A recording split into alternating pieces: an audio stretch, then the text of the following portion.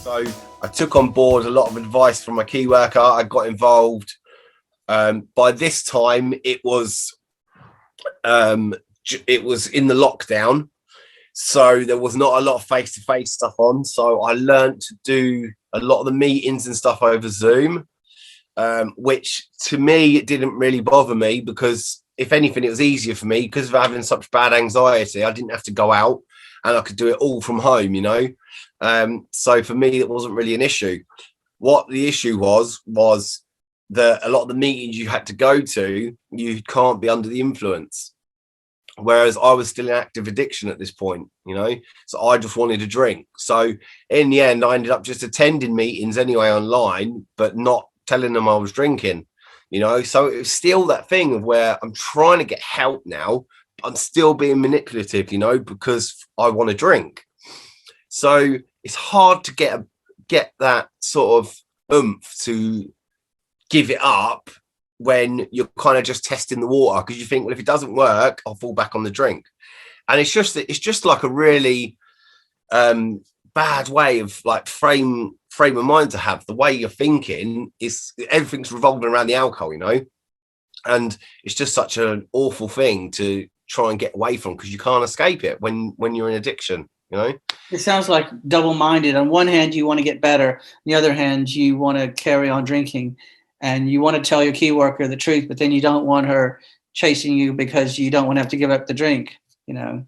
Yeah, it is a vicious circle. And, you know, it's one of these things where you think, well, if in a perfect world, you could show me that I can quit the drink and get better, I'll take it. But if you can't show me it all right now, then I don't want it. It's one of them sort of things, scenarios, you know. And it's just about, like, a lot of it as well is embarrassment, you know, you're ashamed.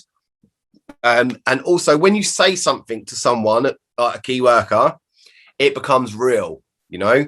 If you admit something, it becomes real. Then you've got to deal with it, you know. So it's another like case where you think you've blocked so much out, you've hidden so much stuff, and you've ignored a lot of stuff. Now you've got to tell someone about it all. Because if you really want to get better, you've got to just go all in, you know, and you have to just say everything. And it took a good few tries for me to do that, you know, and it got to the point then where I kept like sort of dipping my feet in, testing the water, then I'd get back out again. But I didn't feel ready at them times. And I didn't know that at the time. But now I've come through recovery, I know when I look back, I just wasn't ready. And when I did finally, you know, just jump in the deep end, it just felt right. It felt like I was ready to admit a lot of stuff. I was ready to talk the truth, not manipulate. You know, there was no point in lying about anything, because if I lied about it, I'm only kidding myself, you know, because they'd give me these extra groups or help or lessons or whatever, and it wouldn't really work for me, because if I was still, you know, lying, then it's just going to waste my own time.